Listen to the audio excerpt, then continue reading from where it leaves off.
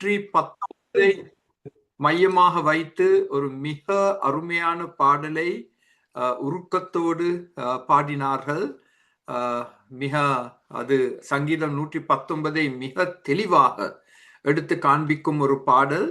அதற்கு முன்பாக காலம் சென்ற வைத்தியர் சாம் கமலேசன் அவர்கள் பாடிய ஒரு அருமையான பாடலுக்கும் நாங்கள் செவி கொடுத்தோம்.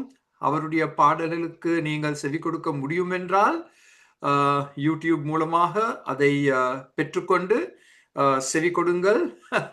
நான் என்னுடைய வாலிப நாட்களில் அவருடைய பாடல்கள் உபதேசங்கள் மூலமாக மிகவும் நான் உற்சாகம் அடைந்தேன். ஆண்டவர் அவருக்கு ஒரு திறமையான குரலை கொடுத்திருந்தார். அதை அவர் ஆண்டவருடைய நாமத்தின் மகிமைக்காக பாவித்தார்.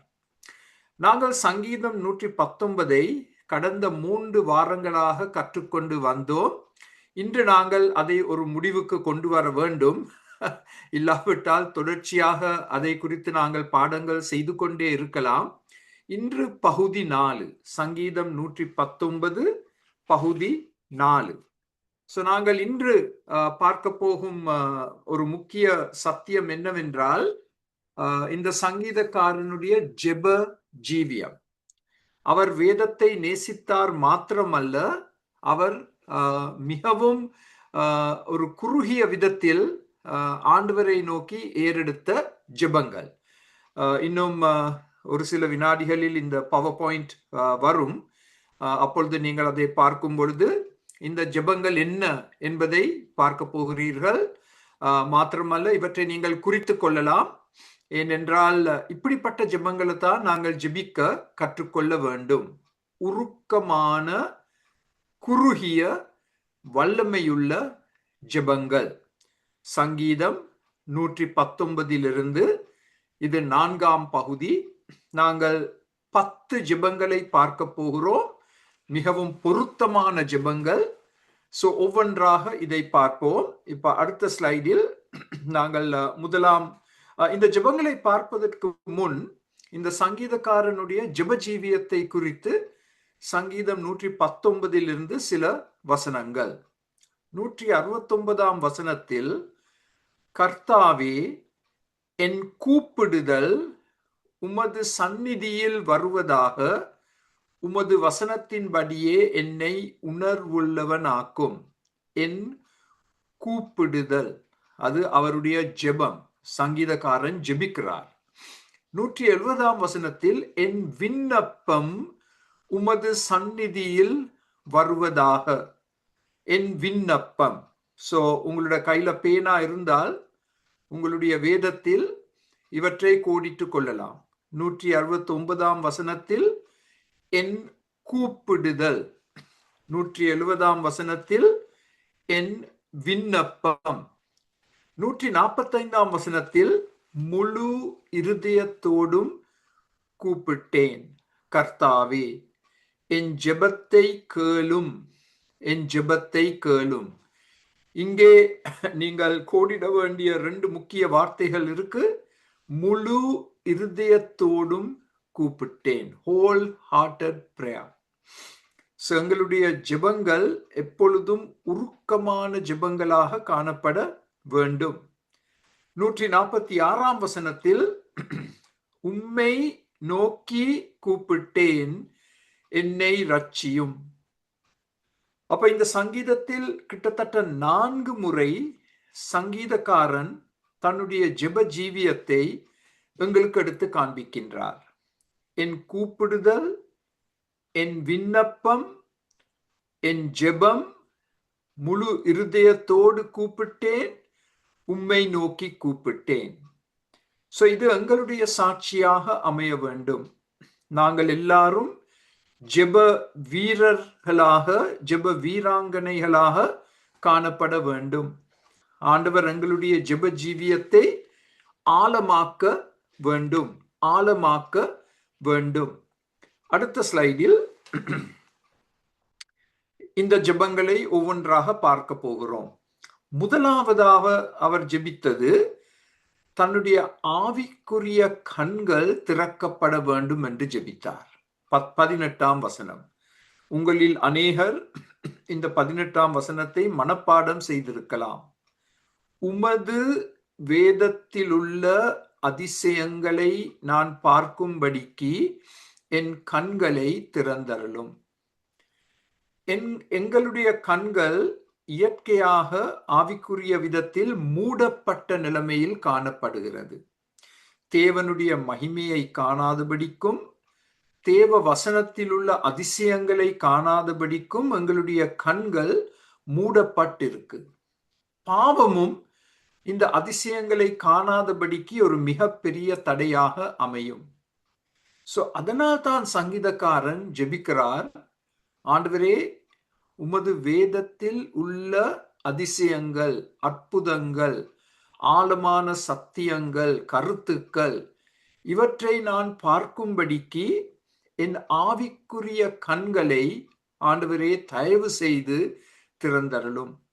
ஒவ்வொரு முறையும் நீங்கள் வேதத்தை வாசிப்பதற்கு முன் இந்த வசனத்தை ஒரு ஜெபமாக ஏறெடுத்தால் அது உங்களுக்கும் எனக்கும் மிக பிரயோஜனமாக இருக்கும் என்று நான் உங்களுக்கு சொல்லக்கூடியதாக இருக்கின்றது.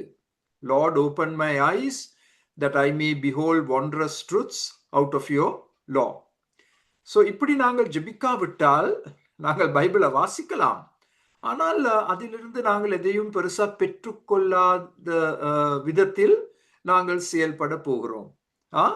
நாங்கள் வேதத்திலிருந்து ஏதோ சில ஆழமான கருத்துக்களை கண்டு கொள்ளாமல் நாங்கள் ஒரு ஒரு அசதியான நிலைமையில், ஆவிக்குரிய விதத்தில் ஒரு அசதியான நிலைமையில் நாங்கள் காணப்படலாம். அது எங்களுக்கு நடக்கக்கூடாது. சோ அதை தவிர்ப்பதற்காக இந்த ஜெபம் மிகவும் ஒரு முக்கிய பொருத்தமான ஜெபம். இரண்டாவதாக சங்கீதக்காரன் எதற்காக ஜெபிக்கிறார்? 66ஆம் வசனத்தில், உத்தம நிதானிப்பையும் அறிவையும் எனக்கு போதித்தருளும், உம்முடைய கற்பனைகளின் பேரில் விசுவாசமாய் இருக்கிறேன். முதல் பகுதியை பாருங்கள். ஆண்டவர் வேதத்தை அவருக்கு கற்றுத்தர வேண்டும் என்று ஜெபிக்கிறார். Lord teach me. இந்த கற்றுத்தாரும் என்ற வார்த்தை இந்த 119ஆம் அதிகாரத்தில் அநேக முறை வருவதை நீங்கள் காணலாம். உத்தம நிதானிப்பையும் அறிவையும், discernment and knowledge. சோ ஆண்டவர் தான், பரிசுத்த ஆவியானவர் தான் அதை எங்களுக்கு போதித்தருள முடியும். சோ நாங்கள் அவரை நோக்கி ஜெபிக்கிறோம். எங்களுக்கு இந்த உத்தம நிதானிப்பையும், எது சரி எது பிழை என்பதை கண்டு கொள்வதற்கு அறிவு தேவ, அறிவு, வேத அறிவை ஆண்டவர் எங்களுக்கு கொடுக்க வேண்டும் என்று நாங்கள் அவரை நோக்கி ஜெபிக்க வேண்டும், மன்றாட வேண்டும். அது இரண்டாம் ஜெபம். மூன்றாவதாக 29ஆம் வசனத்தின்படி, தேவ கிருபையினால் என்னை தாங்கும். இது எவ்வளவு பொருத்தமான ஒரு ஜெபம். ஏனென்றால் ஒவ்வொரு நாளும் எங்களுக்கு வித்தியாசமான பிரச்சனைகள், கஷ்டங்கள், துன்பங்கள், சவால்கள், சோதனைகள் எங்கள் வாழ்க்கைக்குள் வரும், எங்கள் குடும்ப வாழ்க்கைக்குள் வரும். தேவனுடைய தாங்கும் கிருபைக்காக ஜெபிப்பது. நான் 2 விதமான கிருபைகளுக்காக ஜெபிக்கிறது ஒவ்வொரு நாளும். ஒன்று தாங்கும் கிருபை, மற்றது தடுக்கும் கிருபை. அந்த ரெண்டையும் எழுதி கொள்ளுங்கள். தாங்கும் கிருபை, மற்றது தடுக்கும் கிருபை. தாங்கும் கிருபை என்று சொன்னால் சஸ்டெய்னிங் கிரேஸ், அதாவது எந்த கஷ்டம் வந்தாலும் அதில் நாங்கள் தாங்கப்படுவது. அந்த கஷ்டம் எங்களை மேற்கொள்ளாமல் நாங்கள் அந்த கஷ்டத்தின் மத்தியில் கர்த்தருக்குள் மனமகிழ்ச்சியாய் இருப்பதற்கு இந்த தாங்கும் கிருபை மிக மிக மிக அவசியம். மற்றது தடுக்கும் கிருபை, ரிஸ்ட்ரெய்னிங் கிரேஸ். தடுக்கும் கிருபை என்றால், ஐயோ ஆண்டவரே, இன்று நான் எந்த பாவத்திற்குள்ளும் விழக்கூடாது, எந்த சோதனையும் என்னை மேற்கொள்ளக்கூடாது, என்னை தடுத்தருளும்.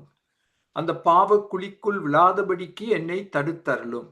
அந்த சோதனைக்கு நான் இடம் கொடுக்காதபடிக்கு நீர் என்னை தடுத்தருளும். இந்த 2 கிருபைகளுக்காக ஒவ்வொரு நாளும் ஜெபிக்க கற்றுக்கொள்ள வேண்டும். Sustaining grace restraining grace. நான் எவ்வளவோ முறை விசேஷமா நடக்கும் நேரங்கள்ல ஆண்டவருடைய தடுக்கும் கிருபையை குறித்து சிந்தனை செய்து நான் எவ்வளவோ ஆண்டவருக்கு நன்றி செலுத்தி இருக்கிறேன். நான் ஒரு பாவி, வழி தவறி போன பாவி, மிக எளிதில் விழக்கூடிய ஒருவன் நான், மிக சுலபமாக சறுக்கி விழக்கூடிய ஒருவன் நான் பாவத்தினால். ஆனால் ஆண்டவர் என்னை மிக கிருபையாக தடுத்திருக்கிறார். அதில் ஒரு அம்சம் நாங்கள் பேசும் வார்த்தைகள்.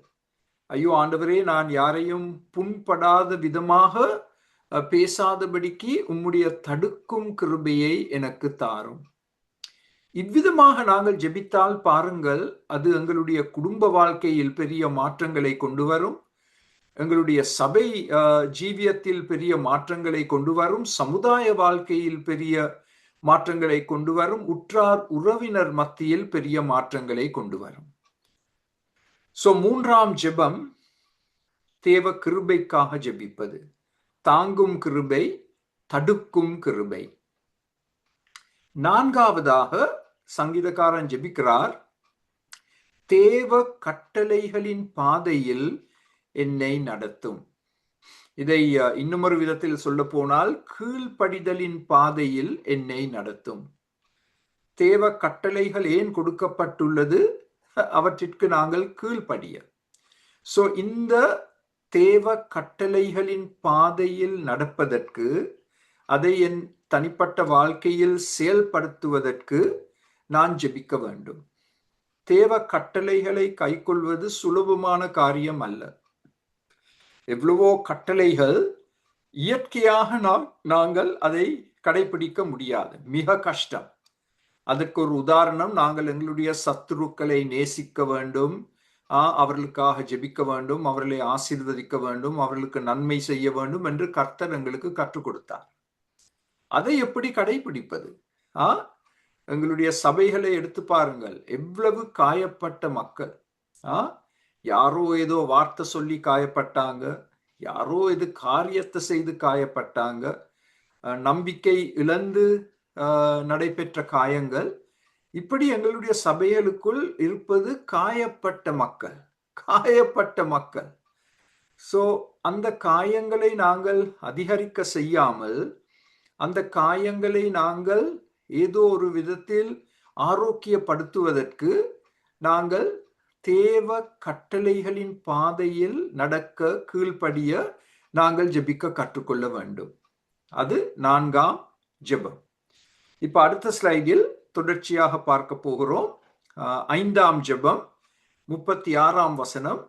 என் இருதயம் சுய லாபத்தின் பக்கம் சார்ந்து போக விடாமல் என்னை தடுத்தருளும். பாத்தீங்களா, அந்த வார்த்தை தடுத்தருளும், அதுதான் தடுக்கும் கிருபை.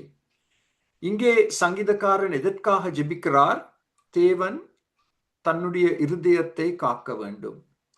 அந்த இருதயம் பொல்லாத இருதயம், வஞ்சக இருதயம் என்றெல்லாம் வேதத்துல சொல்லப்பட்டிருக்கு.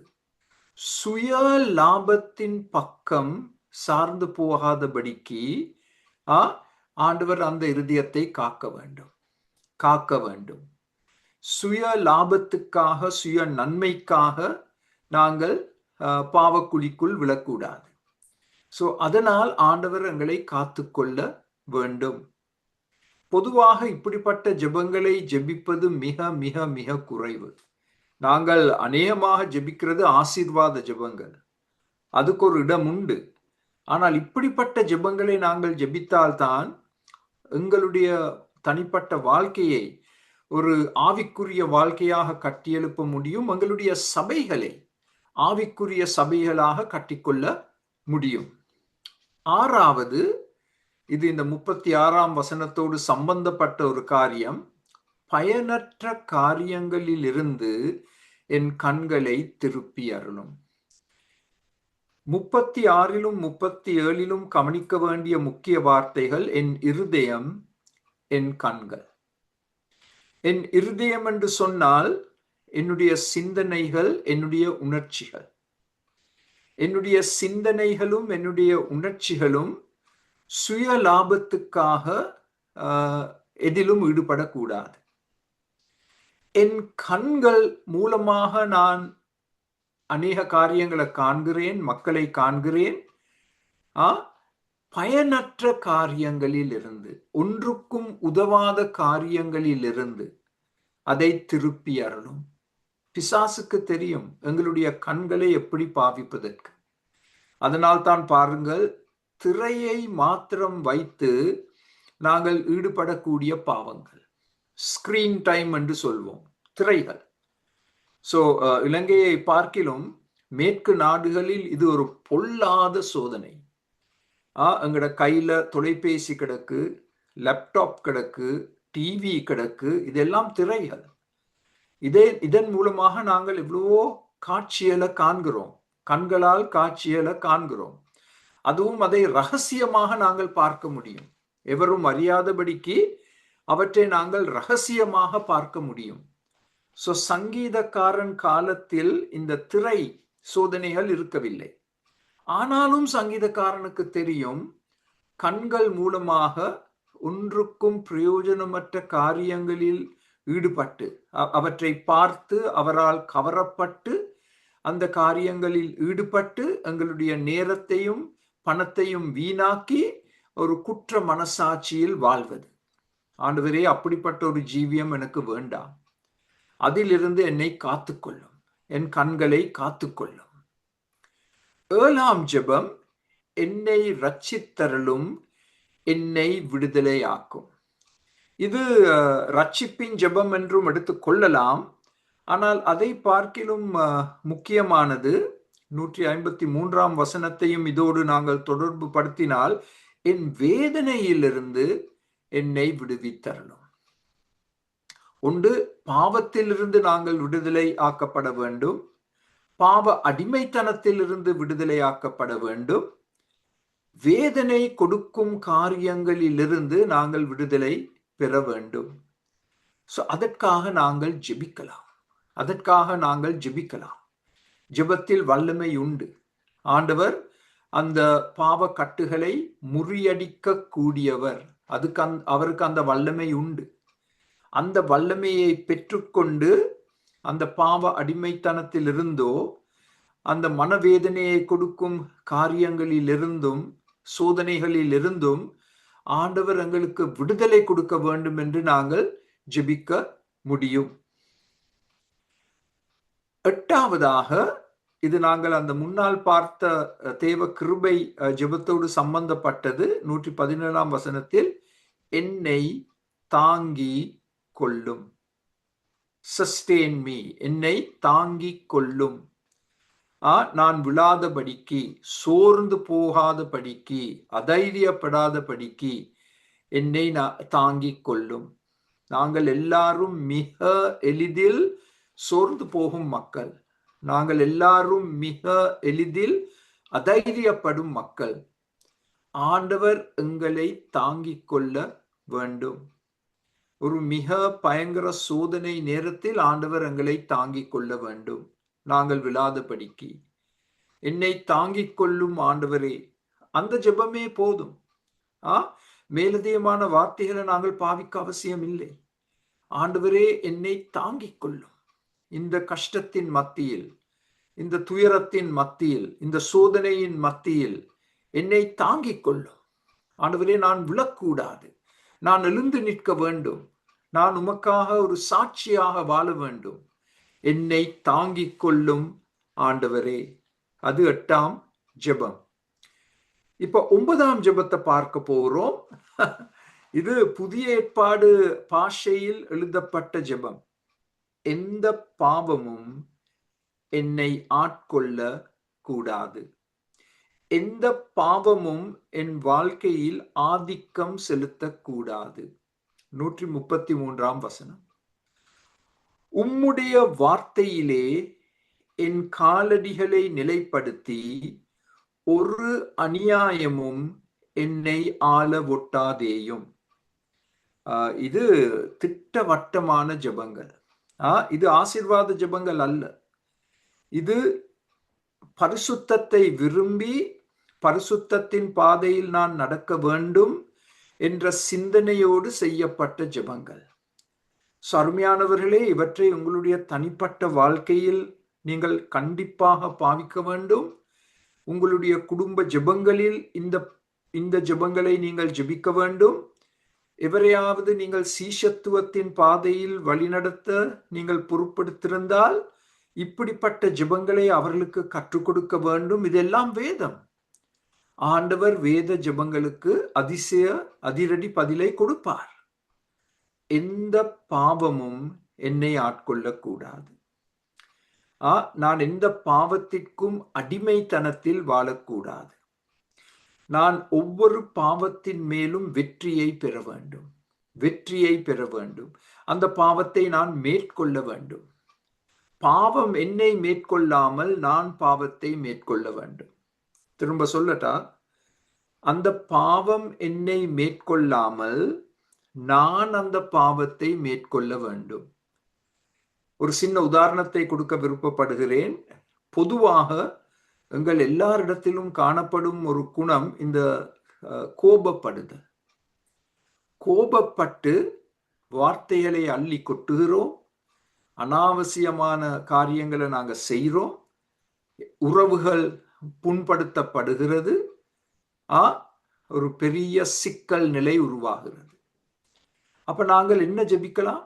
ஆண்டவரே, என் கோபத்தை அடக்க எனக்கு கிருபை தாரும், எனக்கு கற்றுத்தாரும்.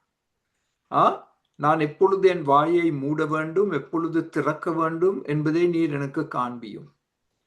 நான் எப்பொழுது மௌனமாக இருக்க வேண்டும் என்பதை எனக்கு காண்பித்தரலும். அதுதான் இந்த ஜெபம். பாருங்கள், தேவ வசனத்திற்கும் ஜெபத்துக்கும் இடையில் இருக்கும் கனெக்ஷனை பாருங்க, தொடர்பு பாருங்க.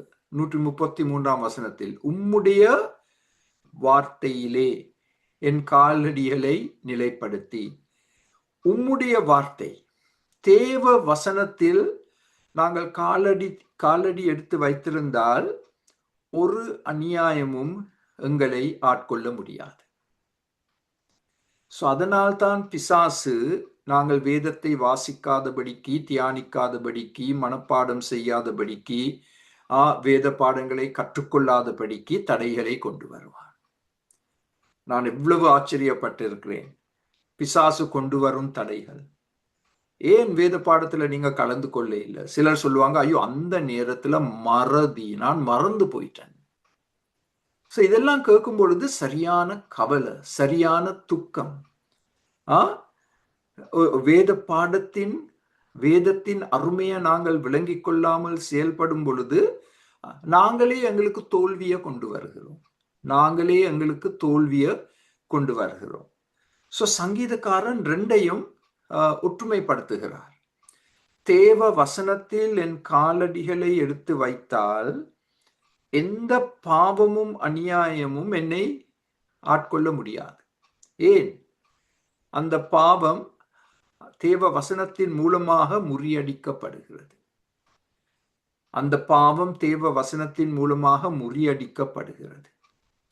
அநேக முறை யாராவது என்னிடத்தில் ஆலோசனைக்காக வந்தால் பாவம் சம்பந்தப்பட்ட காரியங்களை குறித்து நான் எப்பொழுதும் அவர்களுக்கு சில வசனங்களை கொடுப்பேன். நீங்க இதுகளை நல்லா வாசித்து தியானித்து உங்களுடைய சொந்த குறிப்புகளை எழுதி நீங்கள் இதன்படி ஜெபித்து கொண்டு வாருங்கள். அடுத்த முறை ஒரு சாட்சி சொல்லுங்க எப்படி உங்களோட வாழ்க்கையாண்டு. 90% கணக்கில் அதை அவங்க செய்ய மாட்டாங்க. அடுத்த முறை சந்திக்கும் பொழுது நான் கேட்கும் போது, நீங்க வாசித்தீங்களா, தியானித்தீங்களா? ஐயோ அது நேரம் இல்லை. அப்ப நான் சொன்னேன், நீங்க என்னுடைய நேரத்தை வீணாக்குறீங்க, தயவு செய்து அதை முதல் செய்து கொண்டு வாருங்கள் அடுத்த கட்டத்துக்கு. நான் எவருடைய நேரத்தையும் வீணாக்க எனக்கு விருப்பம் இல்லை. அதே போல் யாரும் என்னுடைய நேரத்தை வீணாக்க எனக்கு விருப்பம் இல்லை. சொன்ன காரியத்தை செய்யாவிட்டா எப்படி எங்களுக்கு விடுதலை வரும்? விளங்குதா? நாங்கள் ஏன் வைத்தியனிடம் போகிறோம்? ஏதோ ஒரு வருத்தம் இருக்கிறபடியா. அப்ப அந்த வைத்தியர் எங்களுக்கு மருந்து கொடுக்கிறார். அப்ப நாங்க அந்த மருந்தை எடுக்காம இருந்தா எங்களுக்கு சுகம் வருமா? இல்லை. அப்ப நாங்க வைத்தியரை குற்றப்படுத்த முடியாது. அடுத்த முறை வைத்தியரை சந்திக்க போகும் பொழுது அவர் கேட்க போற ஒரு முதலாம் கேள்வி என்ன, நீங்க நான் கொடுத்த மருந்து எடுத்தீங்களா? அப்ப நாங்க இல்லைன்னு சொல்றோம். அப்ப அவர் சொல்றார், அப்ப நீங்க ஏன் என்னிடத்துல திரும்ப வர்றீங்க? அதே போல்தான் எங்களுடைய பரம வைத்தியனாகிய கர்த்தராகிய இயேசு கிறிஸ்து கொடுக்கும் ஆலோசனைகளின்படி நாங்கள் செயல்படாமல் போனால் எங்களுக்கு வெற்றி வராது. வெற்றி வராது. எந்த பாவமும் என்னை ஆட்கொள்ள கூடாது. அதற்கு என்னுடைய பாதங்கள், காலடிகள் தேவ வசனத்தில் நிலைப்படுத்தப்பட வேண்டும். அந்த ரெண்டும் ஒன்றாக செயல்படும் பொழுதுதான் நமக்கு வெற்றி வரும். இப்ப அடுத்த ஸ்லைடை பார்க்க போகிறோம். இன்னும் 3, 10வது உமது அடியேன். இதை அடிப்படையாக வைத்துத்தான் அஞ்சனா சகோதரி அந்த பாடலை அருமையாக பாடினார்கள். உமது அடியேன் மீது உமது முகத்தை பிரகாசிக்க செய்திடுவீர். இது ஒரு அருமையான ஜெபம். இது தேவ தயவுக்காக நாங்கள் செய்யும் ஜெபம். The favor of God, the smiling face of God upon my life. அடியேன் மேல் உமது முகத்தை பிரகாசிக்க செய்திடுவீர். சோ இப்படி நாங்கள் ஜெபித்தால் பாருங்கள், இந்த வசனத்தில் கூட 135 ஜெபத்தோடு சங்கீதக்காரன் எதை ஒற்றுமைப்படுத்துகிறார்? தேவனுடைய பிரமாணங்களை, தேவ வசனத்தை. அந்த வசனத்தை எனக்கு போதியும். சோ எப்பொழுது தேவனுடைய முகம் எங்களை பார்த்து சந்தோஷப்படும்? நாங்கள் தேவ வசனத்தை கை கொண்டு நாங்கள் ஜெபிக்கும் பொழுது தேவ முகம் எங்கள் மேல் பிரகாசிக்க ஆரம்பிக்கும். நாங்கள் வாழ்க்கை கூடாக பிரயாணிக்கும் பொழுது ஒரு பிரகாசிக்கும் முகத்தோடு நாங்கள் செயல்பட வேண்டும். தேவனுடைய முகம் எங்கள் மேல் பிரகாசிக்க ஆரம்பிக்கும் பொழுது எங்களுடைய முகமும் பிரகாசிக்க ஆரம்பிக்கும். அப்பொழுது மக்கள் அதை கவனிப்பார்கள். அடே, உன்னிடம் ஒரு பெரிய வித்தியாசம் இருக்கு, என்ன நடக்குது உண்ட வாழ்க்கையில என்று மக்களே எங்களிடம் கேள்வி கேட்க போறாங்க. அப்ப நாங்க சாட்சி கொடுக்கலாம். நான் தேவ பிரமாணங்களை கற்றுக்கொண்டு நான் அதன்படி ஜெபிக்கும் பொழுது தேவனுடைய முகம் என்மேல் பிரகாசிக்க ஆரம்பித்து தேவ தயவை பெற்று நான் செயல்பட்டு கொண்டு வருகிறேன். அதுதான் ரகசியம் என்று நாங்கள் சொல்லக்கூடியதாக இருக்கின்றது. 11வது ஒரு மிக சுலபமான ஜெபம். நான் உண்மையாக இந்த ஜெபத்தை பல்லாயிரக்கணக்கான முறை ஜெபித்திருக்கிறேன். எனக்கு உதவி செய்திடுவீர். Lord help me. That's it. Lord help me. 3 வார்த்தைகள். ஆண்டவரே எனக்கு உதவி செய்யும். அநேக முறை அதுக்கு மேலாக எங்களால் ஜெபிக்க முடியாது. ஏனென்றால் அவ்வளவுக்கு எங்களுடைய வாழ்க்கையில ஏதோ ஒரு சோதனை, ஒரு கவலை, அதுக்கு மேலாக வார்த்தைகளை சொல்ல எங்களால் முடியவில்லை. ஆனால் இந்த வார்த்தைகளே போதும். ஆண்டவரே எனக்கு உதவி செய்யும். 2 முறை சங்கீதக்காரன் ஜெபிக்கிறார். உமது கரம் எனக்கு உதவி செய்ய ஆயத்தமாக இருப்பதாக. தேவனுடைய கரங்கள் எப்பொழுதும் உதவி செய்ய காத்திருக்கின்றது. நாங்கள் அந்த உதவியை தேட வேண்டும். அந்த உதவிக்காக நாங்கள் ஜெபிக்க வேண்டும். தேவ கரங்கள் எப்பொழுதும் திறக்கப்பட்ட நிலைமையில் எங்களை காப்பதற்காக, எங்களை பிடிப்பதற்காக காத்து கொண்டிருக்கு. ஆனால் நாங்கள் ஜெபித்து அந்த கரங்கள் எங்கள் சார்பில் கிரியை செய்ய வேண்டும் என்று நாங்கள் ஜெபிக்க வேண்டும். Lord help me. அவ்வளவுதான். May your arms be open to me. உம்முடைய கரங்கள் என்னை பிடிப்பதற்காக, என்னை அரவணைப்பதற்காக, என்னை பராமரிப்பதற்காக ஆண்டவரே எப்பொழுதும் திறக்கப்பட்டிருக்கின்றது என்பதை நான் அறிவேன். இப்பொழுது அடியேனுக்கு இறங்கி செயல்படும் செயல்படும். 12வது, உமது அடியேனை தேடி திரும்பவும் உம்முடைய மந்தையில் சேர்த்துக் கொள்ளும். என்னுடைய பரம மெய்ப்பனே, நான் ஒரு வழி தவறி போன முட்டாள் ஆடு. முட்டாள் ஆடு. நான் மந்தையிலிருந்து சுயத்தில் வாழ முடியும் என்ற வீண் நம்பிக்கையோடு மந்தையை விட்டு, மந்தையின் பாதுகாப்பிலிருந்து நான் தப்பி சென்று இப்ப எங்கேயோ நான் காணாமல் போயிருக்கிறேன். என்னை வந்து தேடும். என்னால் திரும்பவும் மந்தைக்கு வர தெரிய முடியாது. அந்த வழியை என்னால் கண்டுபிடிக்க முடியாது. நீர் என்னை தேடி வர வேண்டும். தேடி வந்து நீர் என்னை தூக்கி கழுவி துப்புரப்படுத்தி திரும்பவும் என்னை மந்தையில் சேர்த்து கொள்ளும். இதெல்லாம் எங்களுடைய தினசரி அனுபவம் என்று கூட சொல்லலாம். ஏனென்றால் நாங்கள் அப்படிப்பட்ட முட்டாள், வழி தவறி போன ஆடுகள். தேவ மந்தையில் தேவ பாதுகாப்பின் கீழ் காக்கப்படாமல் நான் சுயாதீனமாக இயங்க முடியும் என்ற வீண் நம்பிக்கையில் மந்தையை விட்டு வேலிக்கு மேல் குதித்து அக்கறை மாட்டுக்கு இக்கரை பச்சை என்ற விதத்தில் நாங்கள் செயல்பட்டு நாங்கள் காணாமல் போகிறோம். காணாமல் போகிறோம். நாங்கள் அழியாமல் இருப்பது தேவ கிருபை. காணாமல் போன அந்த ஆட்டுக்கு ஒரே ஒரு காரியத்தை தான் செய்ய தெரியும். பா பா என்று சத்தமிடத்தான் தெரியும். அந்த சத்தம் போதும். அந்த சத்தத்தை கேட்டு பரம மேய்ப்பன் ஓடி வந்து எங்களை அதட்டி, ஆனால் அதே சமயம் எங்களை தூக்கி எங்களை காயங்களை கழுவி எங்களை துப்புரப்படுத்தி திரும்பவும் எங்களை மந்தைக்குள் சேர்ப்பார். அருமையானவர்களே, இந்த ஒரு அதிகாரத்திலிருந்து நாங்கள் எல்லாரும் கற்றுக்கொள்ளக்கூடிய 12 உருக்கமான குறுகிய ஜெபங்களை பார்த்தோம். இது ஒரே ஒரு அதிகாரம். முழு வேதத்தையும் நாங்கள் எடுக்க இல்லை. உங்களுக்கு நான் கொடுக்கும் சவால், இதை நீங்கள் PDF ஆக பெற்றுக்கொள்ளும் பொழுது தயவு செய்து இந்த 12 ஜெபங்களை உங்கள் தனிப்பட்ட வாழ்க்கைக்கு ஜெபிக்க கற்றுக்கொள்ளுங்கள்.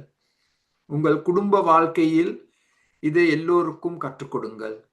சீஷத்துவத்தின் பாதையில் மற்றவர்களை நீங்கள் வழிநடத்தும் பொழுது இந்த 12 ஜெபங்களையும் 4 பிரித்து, எல்லாத்தையும் ஒரே நேரத்தில் எடுத்து சொல்ல வேண்டாம், 4 பிரித்து இந்த ஜெபங்களை கற்றுக் கொடுங்கள். அதன் மூலமாக பெரிய விடுதலை வரும், சமாதானம் வரும், பாதுகாப்பு வரும், ஒற்றுமை வரும், பரிசுத்தம் வரும், வழிநடத்துதல் வரும். அப்படிப்பட்ட ஜெபங்கள் இந்த ஜெபங்கள். சங்கீதக்காரனுடைய இந்த 12 உருக்கமான ஜெபங்களை பார்த்தோம். இப்ப அடுத்த ஸ்லைடில் தேவ உபதேசம். இந்த சங்கீதத்தில் தேவனை குறித்து சங்கீதக்காரன் எவ்வளவோ காரியங்களை எடுத்து சொல்கிறான். Doctrine of God. பாத்தீங்களா, ஒரு சங்கீதத்திலிருந்து நாங்கள் கற்றுக்கொள்ளக்கூடிய சத்தியங்கள். தேவ உபதேசம், த டாக்ட்ரின் ஆஃப் காட். இதை நாங்கள் கொஞ்சம் விரைவாக பார்க்க போகிறோம். ஏனென்றால் இன்னும் சில காரியங்களை உங்களுக்கு சுட்டிக்காட்ட விருப்பப்படுகிறேன். முதலாவது, தேவன் நல்லவர். இந்த தேவன் எப்பொழுதும் நமக்கு நன்மை செய்வார். இந்த 68ஆம் வசனம் உங்களுடைய வேதத்தில் சிவப்பு நிற பேனாவினால் கோடிடப்பட வேண்டிய ஒரு வசனம். தேவரீர் நல்லவரும் நன்மை செய்கிறவருமாய் இருக்கிறீர்.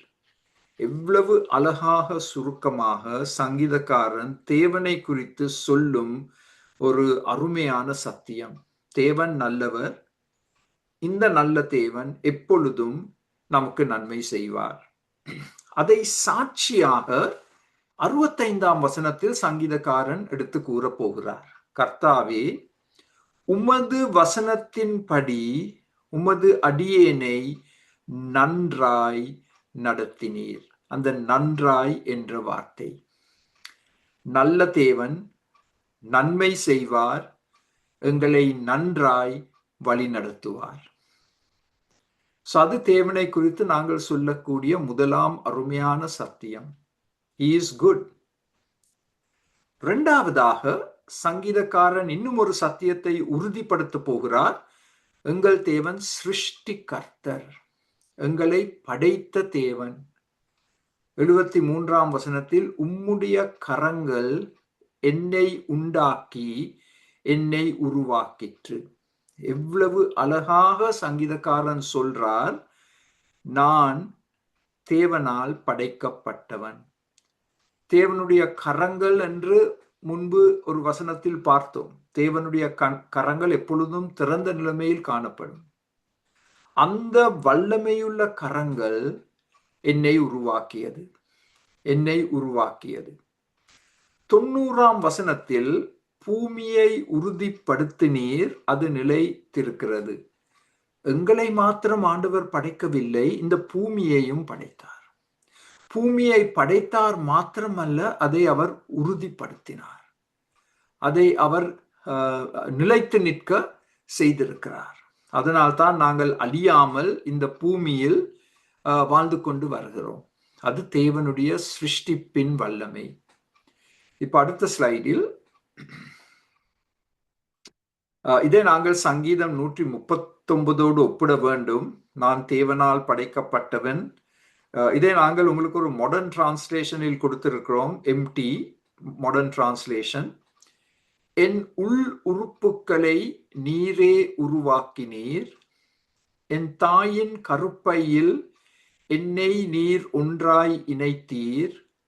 நான் மிகவும் ஆச்சரியமாகவும் அதிசயிக்கத்தக்க வகையிலும் படைக்கப்பட்டிருக்கிறபடியால் நான் உம்மை துதிக்கிறேன். உமது செயல்கள் ஆச்சரியமானவை, நான் அதை நன்றாய் அறிந்திருக்கிறேன். சங்கீதக்காரன் இவற்றை எழுதும் பொழுது சங்கீதக்காரனுக்கு சரீரத்திற்குள் இருக்கும் அவயங்களை குறித்து ஒரு பெரிய அறிவு இல்லை. அந்த காலத்துல அல்ட்ராசவுண்ட் இருக்க இல்லை, கேட் ஸ்கேன் இருக்க இல்லை, எம்ஆர்ஐ இருக்கவில்லை. சரீரத்துக்குள் இருக்கும் அவயவங்களை குறித்து இருக்கும் அறிவு மிகவும் குறைவுபட்டது. ஆனால் ஏதோ ஒரு விதத்தில் சங்கீதக்காரன் தன்னுடைய உள் அவயவங்களை குறித்து அறிந்து சிந்தனை செய்யும் பொழுது அவருடைய முடிவு என்ன? நான் மிக ஆச்சரியமாகவும் அதிசயிக்கத்தக்க வகையிலும் படைக்கப்பட்டிருக்கிறேன். பிசாசு வந்து தான் சொல்லுவான் ஆங்கிலத்துல, யோர் ஜங்க், நீ குப்பை. யார் சொல்றா? பிசாசு. நீ குப்பை, நீ ஒன்றுக்கும் உதவாதவன் என்று பிசாசின் பொய்கள் எங்கள் காதுகளில் ஒலித்துக் கொண்டிருக்கு. இந்த தற்கொலை செய்வதற்கு ஒரு முக்கிய காரணம் இதுதான். பிசாசின் பொய்களை நம்பி மக்கள் தாங்கள் குப்பை என்பதை ஏற்றுக்கொண்டு நான் வாழ்ந்து என்ன பிரயோஜனம் என்று சொல்லி தங்கள் வாழ்க்கைக்கு ஒரு முடிவை கொண்டு வருகிறார்கள். அதனால்தான் இந்த 14ஆம் வசனம் எவ்வளவு முக்கியம் வாய்ந்தது. நாங்கள் ஒவ்வொரு நாளும் இதை எங்கள் குரல் கேட்க நாங்கள் சொல்லக்கூடியதாக இருக்க வேண்டும். நான் மிக ஆச்சரியமாகவும் அதிசயிக்கத்தக்க வகையிலும் படைக்கப்பட்டிருக்கிறேன். fearfully and wonderfully made. அதனால் ஆண்டவரே நான் உம்மை துதிக்கிறேன். அந்த நான் குப்பை என்ற உபதேசத்துக்கு செவி கொடுக்க வேண்டாம். அது பிசாசின் பாஷை. பிசாசு தான் அப்படி பேசுவான். அவனுக்கு ஒரே ஒரு பாஷை தான் இருக்கு பிசாசுக்கு, பொய் பாஷை. பொய் பாஷை. எங்களுக்கு பொய் சொல்லி கொண்டே இருப்பான். நாங்க அதை நம்பி முட்டாள்தனமான முடிவுகளுக்கு வருகிறோம். 139:15 நான் ரகசியமான இடத்தில் படைக்கப்பட்ட பொழுது, நான் பூமியின் ஆழங்களில் ஒன்றாய் இணைக்கப்பட்ட போது என் எலும்புகள் உமக்கு மறைவாய் இருக்கவில்லை. கவிதை உருவில் சங்கீதக்காரன் எப்படி தன் தாயின் கருப்பையில் படைக்கப்பட்டார் என்பதை இந்த 15ஆம் வசனத்தில் விளக்கி காண்பிக்கின்றார்.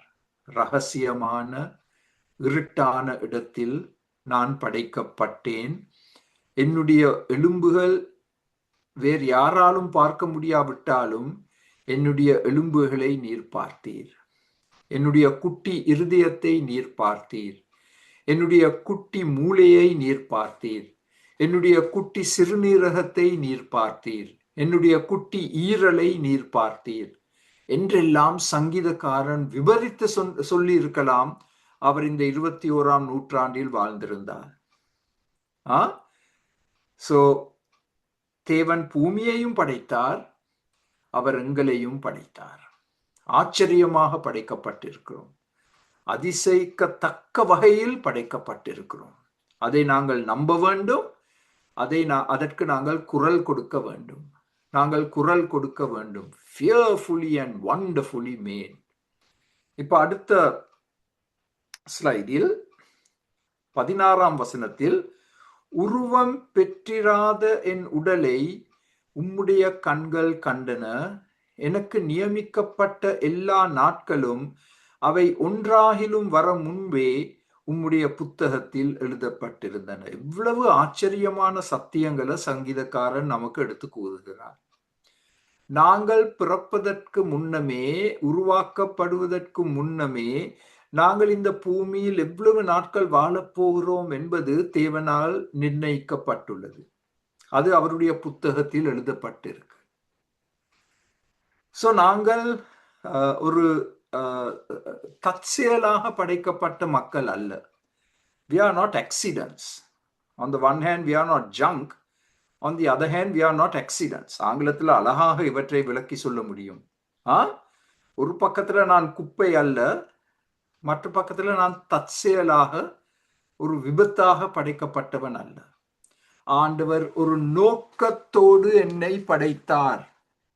ஆண்டவர் என்னை ஒரு நோக்கத்தோடு படைத்தார். அதை நாங்கள் நம்ப வேண்டும், விசுவாசிக்க வேண்டும், அதன்படி நாங்கள் செயல்பட வேண்டும். இப்ப அடுத்த ஸ்லைடில் தேவனை குறித்த உபதேசம். மூன்றாவதாக, இந்த தேவன் நீதியுள்ள தேவன். அவருடைய நியாய தீர்ப்புகள் எல்லாம் நீதியுள்ளவை. 75ஆம் வசனத்தில், கர்த்தாவே உமது நியாய தீர்ப்புகள் நீதியுள்ளதென்றும் உண்மையின்படி என்னை உபத்திரவப்படுத்தினீர் என்றும் அறிவேன். 142ஆம் வசனத்தில், உம்முடைய நீதி நித்திய நீதி. எங்கள் தேவன் நீதியுள்ளவர். இதுல ஆங்கிலத்துல righteous. God is righteous and all his laws are righteous. நீதியுள்ள நியாய தீர்ப்புகள். நான்காவது, இந்த தேவன் உண்மையுள்ளவர். He is faithful. அவர் உண்மையுள்ளவர். அந்த 75ஆம் வசனத்தின் இறுதி பகுதி, உண்மையின்படி என்னை உபத்திரவப்படுத்தினீர். நான் உபத்திரவப்படுத்தப்படுவது எனக்கு நல்லது. அதன் மூலமாக நான் திரும்பவும் உம்முடைய பாதையில் நடக்க ஆரம்பித்தேன்.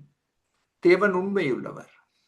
90ஆம் வசனத்தில், உம்முடைய உண்மை தலைமுறை தலைமுறையாக இருக்கும். God is faithful from one generation to another generation. அதில் சந்தேகத்துக்கு இடமில்லை. அவர் உண்மையுள்ளவர். உண்மையுள்ளவர். He is faithful. ஐந்தாவதாக, வாக்குறுதிகளை அவர் கொடுத்து அவற்றை நிறைவேற்றும் தேவன். He gives promises and he fulfills them.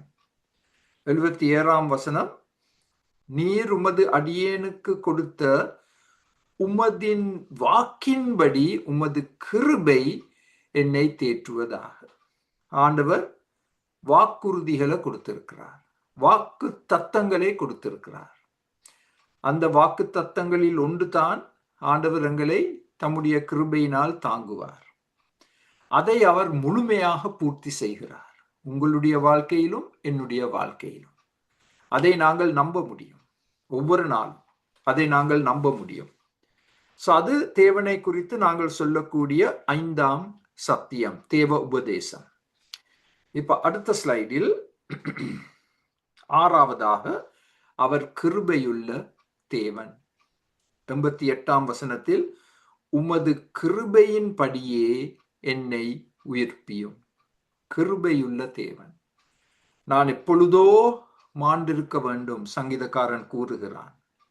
ஆனால் தேவன் தம்முடைய கிருபையின்படி என்னை உயிர்ப்பித்தார், எனக்கு புது ஜீவனை கொடுத்தார். தேவன் எனக்கு புது ஜீவனை கொடுத்தார், புது நம்பிக்கையை கொடுத்தார். By his grace God has given me new life and new hope. புது புத்துயிரை கொடுத்திருக்கிறார், மாத்திரமல்ல ஒரு புதிய நம்பிக்கையும் கொடுத்திருக்கிறார். இதை நான் சொல்ல ஏவப்பட்டிருக்கிறேன். கிறிஸ்தவ வாழ்க்கை என்று சொன்னால் புது ஆரம்பங்கள். The Christian life is all new beginnings. புது புது ஆரம்பங்கள். இன்றைய தினத்தை நான் மோசமான விதத்தில் பாவித்திருக்கலாம், மோசமான காரியங்களில் ஈடுபட்டிருக்கலாம். அது என்னை மிகவும் துக்கப்படுத்தும், தேவனை இன்னும் அதிகமாக துக்கப்படுத்தும். ஆனால் நான் மன்னிப்பு கேட்டால் தேவன் தம்முடைய கிருபையினால் என்னை மன்னித்து எனக்கு ஒரு புதிய ஆரம்பத்தை கொடுக்க காத்திருக்கிறார். விழுந்த நிலைமையில் நாங்கள் இருக்க அவசியம் இல்லை. நாங்கள் எழும்பி புது உற்சாகத்தோடு ஆண்டவர் எனக்காக நியமித்திருக்கும் அந்த புதிய பாதையில் நான் நடக்க முடியும். கிருபையுள்ள தேவன். கிருபையோடு சம்பந்தப்பட்டுள்ள அடுத்த மிகப்பெரிய வார்த்தை தான் 7ஆம் சத்தியம். அவர் இரக்கமுள்ள தேவன். God of grace, God of mercy. 77ஆம் வசனம். நான் பிழைத்திருக்கும்படிக்கு உம்மது இரக்கங்கள் எனக்கு கிடைப்பதாக. அதுவும் ஒரு ஜெபம். பாருங்கள், அந்த ஜெபத்தோடு அவர் தேவ வசனத்தை ஒற்றுமைப்படுத்துகிறார். உம்முடைய வேதம் என் மன மகிழ்ச்சி. சோ இரக்கங்களின் தேவன். அதனால்தான் நாங்கள் இன்று உயிரோடு இருக்கிறோம். Because of his mercy. 156ஆம் வசனம். கர்த்தாவே உம்முடைய இரக்கங்கள் மிகுதியா இருக்கிறது. மிகுதியா இருக்கிறது என்று சொன்னால் அநேகம். plenteous in mercy. தேவ இரக்கங்களுக்கு முடிவில்லை, முடிவில்லை. உமது நியாயங்களின்படி என்னை உயிர்ப்பியும். தேவ கிருபைக்கும் தேவ இரக்கத்திற்கும் நாங்கள் எவ்வளவு கடமைப்பட்டிருக்கிறோம். ஒவ்வொரு நாளும் நாங்கள் எழுந்து நிற்கக்கூடிய கிருபைகளை கொடுப்பவர் அவரே. ஒவ்வொரு நாளும் எங்களுக்கு புதிய ஆரம்பங்களை கொடுக்கும் தேவன் அவரே. அதனால் அவருடைய கிருபை இரக்கங்களை சார்ந்து நாங்கள் வாழ கற்றுக்கொள்வோம். 8ஆவதாக தேவ உபதேசம். இந்த தேவன் என் புகலிடம், அவர் என் கேடயம். இது யுத்த பாஷை. யுத்தத்துக்கு செல்லும் பொழுது ஒரு கேடயம் மிக அவசியம், ஒரு புகலிடம் மிக அவசியம். சோ அதை ரெண்டையும் ஒற்றுமைப்படுத்தினால் இந்த தேவன் என் பாதுகாப்பு. அவர் என்னை பாதுகாக்கும் தேவன். 114ஆம் வசனம். என் மறைவிடமும், ஹைடிங் பிளேஸ், என் கேடகமும் நீரே. பாருங்கள், திரும்பவும் தேவ வசனத்தை ஒற்றுமைப்படுத்துகிறார். உம்முடைய வசனத்துக்காக காத்திருக்கிறேன். என் மறைவிடம், நான் போய் ஒளிந்து கொள்ளக்கூடிய இடம், யாரும் என்னை கண்டுபிடிக்காதபடிக்கு நான் ஒளிந்து கொள்ளக்கூடிய இடம் என் தேவன். அவர் என் கேடகம். அதனால் பிசாசு எந்த காரியத்தையும் என்மேல் தூக்கி எறிந்தால் அதை நான் தடுக்க முடியும். தேவன் என்னுடைய கேடகம் என்றபடியார். சோ அவர் என் பாதுகாப்பு. அவருடைய பாதுகாப்பின் கீழ் நாங்கள் ஒவ்வொரு நாளும் இயங்க வேண்டும். அடுத்த ஸ்லைடில் தேவ உபதேசம் 9வது. அவர் நேர்மையானவர், நீதிபரர். கர்த்தாவே, நீர் நீதிபரர், உமது நியாய தீர்ப்புகள் செம்மையானவைகள். He is the true God and he is God the judge. நேர்மையானவர், நீதிபரர். 10வது, இந்த தேவன் யார்? அவர் சத்திய தேவன். உம்முடைய வேதம் சத்தியம். அவருடைய வேதம் சத்தியம் என்றால் அவரும் சத்தியம். சத்திய தேவன். 11, இது ஒரு மிகவும் அருமையான ஒரு சத்தியம். 11வது, என் சமீபத்தில் என் பக்கத்தில் இருக்கும் தேவன். இந்த சிருஷ்டிகர்த்தர் என் பக்கத்தில் எப்பொழுதும் இருக்கும் தேவன். கர்த்தாவே, நீர் சமீபமாய் இருக்கிறீர். உமது கற்பனைகள் எல்லாம் உண்மை. திரும்ப திரும்ப சொல்லிக் கொள்ளுங்கள் உங்களுக்குள்ளே, கர்த்தர் சமீபமாய் இருக்கிறார். கர்த்தர் உதவி செய்வார். கர்த்தர் என்னை தாங்குவார். கர்த்தர் தம்முடைய இரக்கங்களினால் என்னை மன்னிப்பார். கர்த்தர் தம்முடைய வசனத்தினால் என்னை வழிநடத்துவார். இப்படிப்பட்ட சத்தியங்களை நாங்கள் ஒவ்வொரு நாளும் குரல் கொடுத்து சொன்னால் அது எவ்வளவு பெரிய ஒரு தாக்கத்தை எங்கள் வாழ்க்கையில் கொண்டு வரும். தேவன் என் பக்கத்தில் இருக்கிறார். அவர் என்னை விட்டு எங்கேயும் ஓடிவிட மாட்டார். ஓடிவிடுவது நான், அவர் அல்ல. என் பக்கத்தில் சமீபமாய் இருக்கிற தேவன், அவர் என் உள்ளத்திற்குள் வந்து குடியிருக்கும் தேவன். எவ்வளவு பெரிய ஆச்சரியம்! ஒரு பாவியின் உள்ளத்திற்குள் இந்த பெரும் மகா வல்லமையுள்ள பரிசுத்த தேவன் வந்து குடியிருக்க காத்திருக்கிறார்.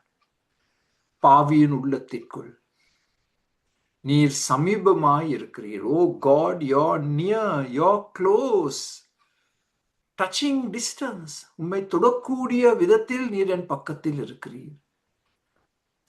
12வது, என்னை தேடி வரும் மேய்ப்பன். இந்த வசனத்தை ஏற்கனவே பார்த்தோம், ஆனால் திரும்பவும் பார்ப்பது நல்லது. காணாமற் போன ஆட்டை போல் வழி தப்பி போனேன், உமது அடியேனை தேடுவீராக. என்னை தேடி வரும் பரம மேய்ப்பன் என் தேவன். அருமையானவர்களே, தேவ உபதேசம் என்று சொல்லும் பொழுது இந்த ஒரு அதிகாரத்தில் இருந்து இந்த 12 சத்தியங்களையும் நீங்கள் கற்றுக் கொடுக்க முடியும். உங்களுக்கு எவ்வளவோ காரியங்களை குறிப்புகளாக கொடுக்கிறேன். உங்கள் தேவைக்காகவும் மற்றவர்களை சீஷத்துவத்தின் பாதையில் வழிநடத்தவும். பெற்றோராகிய நீங்கள் எனக்கு செவி கொடுத்து கொண்டிருந்தால் இந்த வசனங்களை பாவித்து உங்களுடைய பிள்ளைகளை வழிநடத்துங்கள். அவர்களே இந்த வசனங்களை வேதத்தில் பார்த்து கோடிட்டு கற்றுக்கொண்டு நீங்கள் அவர்களை தேவ பாதையில் வழிநடத்த வேண்டும். அது உங்களுடைய பொறுப்பு, அது உங்களுடைய கடமை. இப்பொழுது அடுத்த ஸ்லைடில் ஒரு பிரபல தமிழ் பாட்டின் ஆரம்ப வார்த்தைகளை வைத்து இந்த அதிகாரத்திலிருந்து இன்னும் ஒரு உபதேசம். எந்த காலத்திலும் எந்த நேரத்திலும். எங்களுக்கு நன்றாக தெரிந்த பாடல். எவ்வளவோ முறை நாங்கள் இதை பாடிக்கொண்டே இருக்கிறோம். இதை வைத்து ஒரு கால அட்டவணை இந்த அதிகாரத்தில் இருந்து. முதலாவது 147 வசனத்தின்படி, அதிகாலையில் எழும்பி கோப்பி குடிப்பேன். அப்படியா சொல்லியிருக்கு? அதிகாலையில் எழும்பி தேநீர் அருந்துவேன். அப்படியா சொல்லியிருக்கு? அதிகாலையில் எழும்பி ரொட்டி சாப்பிடுவேன். அப்படியா எழுதியிருக்கு? அந்த 3 காரியங்களும் தவறல்ல, அது எங்களுக்கு அவசியம். ஆனால் this is the priority of the psalmist. சங்கீதக்காரன் எதுக்கோ முதலிடம் கொடுக்க போறார். எதற்கு முதலிடம் கொடுக்க போறார்? ஜெபத்திற்கு. அதிகாலையில் எழும்பி ஜெபிப்பேன். இது அவர் எடுத்த ஒரு உறுதியான தீர்மானம், ரெசல்யூஷன். எந்த காலத்திலும் எந்த நேரத்திலும் ஜெபிப்பேன். 2வது, தேவ வாக்கு தத்தங்களை தியானிக்கும்படி இரா சாமங்கள் முழுவதும் என் கண்கள் திறந்திருக்கின்றன. சிவப்புல நாங்கள் போட்டிருக்கிறோம் இரா சாமங்கள் முழுவதும், த நைட் வாட்சர்ஸ். பொதுவாக அது நள்ளிரவில் இருந்து அதிகாலை 4 மணி அளவும் இருக்கும் நேரம், 4 மணித்தியாலங்கள். அந்த நேரங்கள்ல தான் நாங்கள் பொதுவாக நன்றாக நித்திரை செய்யும் நேரம். ஆனா சங்கீதக்காரன் என்ன சொல்றார்? அந்த 4 மணி தியாலங்களிலும் என் கண்கள் திறக்கப்பட்டிருக்கும். எதற்காக? தேவ வாக்கு தத்தங்களை தியானிக்கும்படி. எந்த காலத்திலும் எந்த நேரத்திலும். அப்படி செய்கிறோமா? நான் அப்படி செய்கிறேனா? உங்களிடம் அந்த கேள்வியை கேட்கறதுக்கு முன்னால் நான் என்னிடம் இந்த கேள்வியை கேட்க வேண்டும். நான் இப்படி செயல்படுறேனா? இப்ப பாருங்கள், மூன்றாவது இது இந்த உபதேசம் ஏற்றுக்கொள்வதற்கு சரியான கஷ்டம். அதை நான் ஏற்கனவே உங்களுக்கு சொல்லி வைக்க வேண்டும்.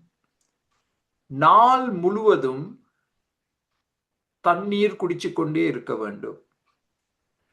வைத்தியர்கள் அதை எங்களுக்கு சொல்வாங்க. அது நல்லது, அது அவசியம், அது முக்கியம். ஆனால் இங்கே சங்கீதக்காரன் என்ன சொல்றார்? எந்த காலத்திலும் எந்த நேரத்திலும் நாள் முழுவதும் தேவ வசனத்தை தியானிப்பேன். நாங்கள் தியானிப்பது மிக மிக மிக மிக குறைவு, நான் உட்பட. நாங்கள் எல்லாரும் இந்த தீர்மானத்தை எடுக்க வேண்டும். நாள் முழுவதும் நேரம் கிடைக்கும் பொழுது, இங்க 5 நிமிஷம், அங்க 5 நிமிஷம், இங்க 10 நிமிஷம் கூட்டி பார்க்கும் பொழுது எவ்வளவோ நேரமாக அது வருகிறது. நாள் முழுவதும் தேவ வசனத்தை தியானிப்பேன். நான்காவது, இப்ப உங்களுக்கு வியர்வை சிந்த ஆரம்பித்திருக்கும். தேவ வசனத்திற்கு நன்றி செலுத்தும்படி நள்ளிரவில் எழுந்திருப்பேன். நள்ளிரவில் நான் ஏன் எழும்ப போகிறேன்? ஐயோ, பசி வந்து விட்டது, ஒரு வாழைப்பழத்தை சாப்பிட்டு பார்ப்போம். அது செய்வது தவறல்ல. ஆனால் சங்கீதக்காரன் எங்களுக்கு எதை கற்றுக் கொடுக்கிறார்? தேவ வசனத்திற்காக நன்றி செலுத்தும்படியாக நள்ளிரவில் எழுந்திருப்பேன். எந்த காலத்திலும் எந்த நேரத்திலும். Now here is the knockout verse. எங்களை வீழ்த்த போகும் வசனம் 164 வசனம். தேவ சட்டத்திற்காக நான் ஒரு நாளில் 7 தடவைகள் உம்மை துதிப்பேன். 7 தடவைகள் உம்மை துதிப்பேன். ஒரு தினத்தில் 24 மணித்தியாலங்கள் இருந்தால் அதை 7ஆக பிரித்தால், அதாவது கிட்டத்தட்ட ஒவ்வொரு 3 மணித்தியாலத்துக்கு ஒரு முறை தேவனை துதிக்க போகிறாராம். தேவ சட்டத்திற்காக, தேவ வசனத்திற்காக. பிரேஸ் பிரேக்ஸ் என்று சொல்வோம் ஆங்கிலத்தில். Brace breaks. சரியா டீ பிரேக் எடுக்கிற மாதிரி பிரேஸ் பிரேக். ஒவ்வொரு 3 மணித்தியாலத்துக்கும் ஒரு முறை நான் தேவ வசனத்திற்காக நன்றி செலுத்த போகிறேன். எந்த காலத்திலும் எந்த நேரத்திலும். இப்ப பாருங்கள் அடுத்த ஸ்லைடை. ஆறாவதாக, கர்த்தாவே, இரவிலே நான் உமது பெயரை நினைவு கூறுவேன். இரவு நேரத்தில், தூக்கம் வராத நேரத்தில், நான் பயப்படும் நேரத்தில், நாளைய தினம் என்னத்தான் நடக்க போகுதோ என்று கவலையில் இருக்கும் நேரத்தில் நான் தேவ பெயரை நினைவு கூறுவேன். தேவ பெயர் என்று சொன்னால் தேவனுடைய மகிமை, தேவனுடைய குணங்கள். தேவன் அன்புள்ளவர், இரக்கமுள்ளவர், கிருபையுள்ளவர், உண்மையுள்ளவர், சத்தியமுள்ளவர், பராமரிக்கும் தேவன், அவர் பரம வைத்தியன், அவர் பரம மேய்ப்பன் என்றெல்லாம் அவருடைய பெயரை சிந்தனை செய்து அவற்றை நான் உச்சரித்து குரல் கொடுத்து என்னுடைய அந்த கஷ்டத்திலிருந்து, அந்த பயத்திலிருந்து நான் விடுதலை பெறுவேன். இந்த 6 காரியங்களையும் நீங்கள் ஒரு பேப்பரில் எழுதி உங்கள் வீட்டு சுவரில் எங்கேயாவது ஒட்டி வைத்தால், எந்த காலத்திலும் எந்த நேரத்திலும் என்ற பாட்டை நீங்கள் பாடும் ஒவ்வொரு நேரத்திலும் இந்த 6 வசனங்களும் 6 சத்தியங்களும் எங்களுடைய நினைவிற்குள் வர வேண்டும். ஓகே. இப்போ இன்னும் ஒரு ஆச்சரியமான காரியம், இந்த ஒரு சங்கீதத்தை வைத்து, சங்கீதம் 119 நாங்கள் ஏன் தேவ வசனத்தை நம்ப முடியும்? சங்கீதக்காரன் தெளிவாக எங்களுக்கு பதில சொல்றார். இது ஆங்கிலத்தில் நீங்கள் பார்க்கும் பொழுது உங்களுக்கு விஷயம் நல்லா விளங்கும். Verbal inspiration. Verbal inspiration. தேவனால் தேவ வசனங்கள் எல்லாம் அருளப்பட்டுள்ளது. 2 தீமோத்தேயு 3. உமது வாயிலிருந்து வரும் எல்லா நீதி சட்டங்களும். இது 2 தீமோத்தேயு 3 நாங்கள் ஒப்பிட்டு வாசிக்கக்கூடிய, கற்றுக்கொள்ளக்கூடிய ஒரு வசனம். உமது வாயிலிருந்து வரும் எல்லா நீதி சட்டங்களும். எங்களுடைய மொழியில் சொல்ல போனால் எல்லா வசனங்களும். அதனால் தான் நாங்கள் தேவ வசனத்தை நம்ப முடியும். எல்லா வசனங்களும் அவர் வாயிலிருந்து புறப்பட்டு வந்திருக்கும் வசனங்கள். மனிதன் அப்பத்தினால் மாத்திரமல்ல, தேவனுடைய வாயிலிருந்து புறப்பட்டு வரும் எல்லா வார்த்தைகள் மூலமாக உயிர் பிழைப்பான். மத்தேயு 4:4. இரண்டாவதாக, the Bible is not only verbally inspired, it is inerrant. உமது ஒழுங்கு விதிகள் எல்லாம் நியாயமானவைகள். ஒழுங்கு விதிகள், அதாவது தேவனுடைய வசனத்தில் குறைகள் இல்லை. எந்தவித தவறும் இருக்கென்று நாங்கள் சுட்டிக்காட்ட முடியாது. அது முற்றிலும் சரி, முற்றிலும் சரி, 100% சரி. மூன்றாவது 86ஆம் வசனத்தின்படி உம்முடைய கட்டளைகள் எல்லாம் நம்ப தகுந்தவை. The Bible is trustworthy. இதுல நீங்கள் கவனிக்க வேண்டிய 3 முக்கிய வார்த்தைகள் இந்த எல்லாம் என்ற வார்த்தைகள். எல்லாம் என்ற வார்த்தைகள்.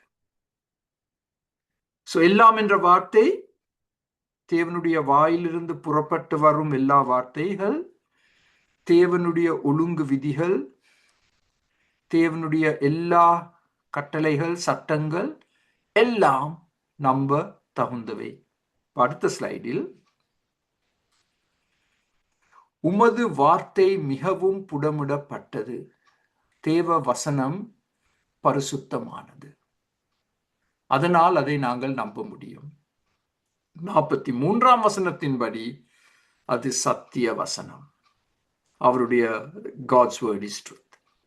இந்த 5 காரணங்களுக்காக இந்த ஒரு அதிகாரத்தை வைத்து நாங்கள் ஏன் தேவ வசனத்தை முழுமையாக நம்ப முடியும் என்பதை உறுதி செய்ய முடியும். இவற்றையும் சுட்டி காட்டுங்கள், இவற்றையும் சுட்டி காட்டுங்கள்.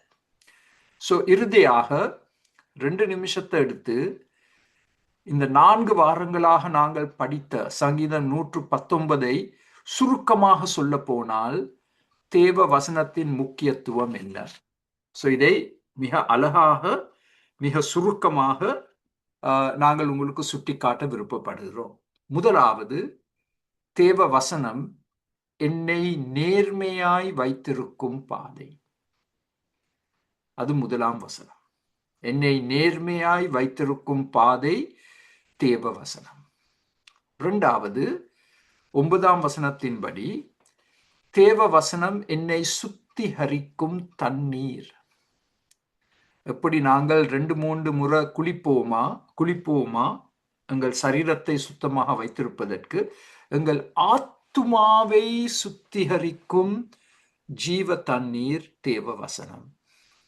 எங்கள் தாகத்தை தீர்த்து வைக்கும் தேவ தண்ணீர் தேவ வசனம். மூன்றாவதாக, என்னை சந்தோஷப்படுத்தும் கீர்த்தனம் தேவ வசனம். The Bible is the song that makes me glad. It is the path that keeps me straight. It is the water that cleanses me. And it is the song that makes me glad. 54ஆம் வசனம். நான்காவது, என்னை ஐஸ்வரியவனாக்கும் தங்கம். 72ஆம் வசனம். The word of God is the gold that enriches my life. ஐந்தாவது, 103ஆம் வசனத்தின்படி என்னை பலப்படுத்தும் உணவு தேவ வசனம். அதனால் தான் ஒவ்வொரு நாளும் நாங்கள் அதை வாசித்து சிந்தனை செய்து கற்றுக்கொள்கிறோம். ஆறாவது, என்னை ஆரோக்கியப்படுத்தும் மருந்து தேவ வசனம். அதுவும் சங்கீதம் 103. இந்த 103 தேவ வசனம் தேனுக்கு ஒப்பிடப்பட்டுள்ளது. அந்த காலத்தில் தேன் உணவாக அருந்தப்படும், சரீரத்தை பலப்படுத்துவதற்காக மாத்திரமல்ல, தேன் அன்றும் இன்றும் மருந்தாக கூட பாவிக்கப்படுகிறது. என்னை ஆரோக்கியப்படுத்தும் மருந்து. ஏழாவது, 105ஆம் வசனத்தின்படி என்னை வழிநடத்தும் வெளிச்சம். தேவ வசனம் என்னை வழிநடத்தும் வெளிச்சம். It is the light that guides me. எட்டாவது, தேவ வசனம் என்னை பராமரிக்கும் வஸ்து, பொக்கிஷம். 111ஆம் வசனத்தின்படி எங்கள் எல்லா தேவைகளையும் சந்திக்கும் வஸ்து, பொக்கிஷம், தேவ வசனம். இந்த எட்டையும் உங்களுடைய வேதத்தில் எங்கேயோ ஒரு இடத்தில் நீங்கள் எழுதி வைத்தால் மிக பிரயோஜனமாக இருக்கும். மாத்திரமல்ல, இதை நீங்கள் நினைவு கூர்ந்து உங்கள் ஊழியத்தில் நீங்கள் புது தைரியம் பெற்று செயல்பட முடியும். இவற்றை சீஷத்துவ பாடங்களில் தயவு செய்து கற்றுக் கொடுங்கள். இந்த சங்கீதம் 119 வைத்து நீங்கள் எவ்வளவோ பாடங்களை செய்ய முடியும், ஒருவரை சீஷத்துவத்தின் பாதையில் வழிநடத்த. திரும்ப ஒரு முறை இதை சொல்லி முடிக்கப் போகிறோம். தேவ வசனம் என்னை நேர்மையாய் வைத்திருக்கும் பாதை. நீங்கள் என்னோடு கூட குரல் கொடுக்க முடியும். உங்களுடைய மைக்கை மியூட் பண்ண நிலைமையிலேயே. தேவ வசனம் என்னை சுத்திகரிக்கும் தண்ணீர். தேவ வசனம் என்னை சந்தோஷப்படுத்தும் கீர்த்தனம். தேவ வசனம் என்னை ஐஸ்வர்யவனாக்கும் தங்கம். தேவ வசனம் என்னை பலப்படுத்தும் உணவு. தேவ வசனம் என்னை ஆரோக்கியப்படுத்தும் மருந்து. தேவ வசனம் என்னை வழிநடத்தும் வெளிச்சம். தேவ வசனம் என்னை பராமரிக்கும் வஸ்து, பொக்கிஷம். எவ்வளவு அருமையான சங்கீதம் ஆண்டவரே! படித்துக்கொண்டே போகலாம். ஆனால் துக்கமாக நாங்கள் இப்படிப்பட்ட அதிகாரங்களுக்கு ஆண்டவரே மேலதிக நேரத்தை கொடுக்காமல், படிக்காமல் நாங்கள் செயல்பட்டதை குறித்து மனம் வருந்துகிறோம். இந்த 4 வாரங்களாக நாங்கள் கற்றுக்கொண்ட அநேக சத்தியங்களை திரும்ப திரும்ப திரும்ப நினைவு கூர்ந்து, இதை எங்களுடைய தனிப்பட்ட வாழ்க்கைக்கு மாத்திரமல்ல, குடும்ப வாழ்க்கை, எங்களுடைய சபை வாழ்க்கைக்கு பாவிக்க நீர் எங்களுக்கு கிருபை தாரும். இன்று எங்களோடு கலந்து கொண்டு ஒவ்வொருவரையும் கண்ணோக்கி பாரும், ஆசீர்வதியும் பலப்படுத்தும். இயேசுவின் நாமத்தில் ஜெபங்களும் பிதாவே, ஆமென். திரும்ப உங்களை ஞாபகப்படுத்த விருப்பப்படுகிறேன். இன்னும் சில மணித்தியாலங்களில் மார்க் 16ஆம் அதிகாரத்தை படிக்க போறோம்.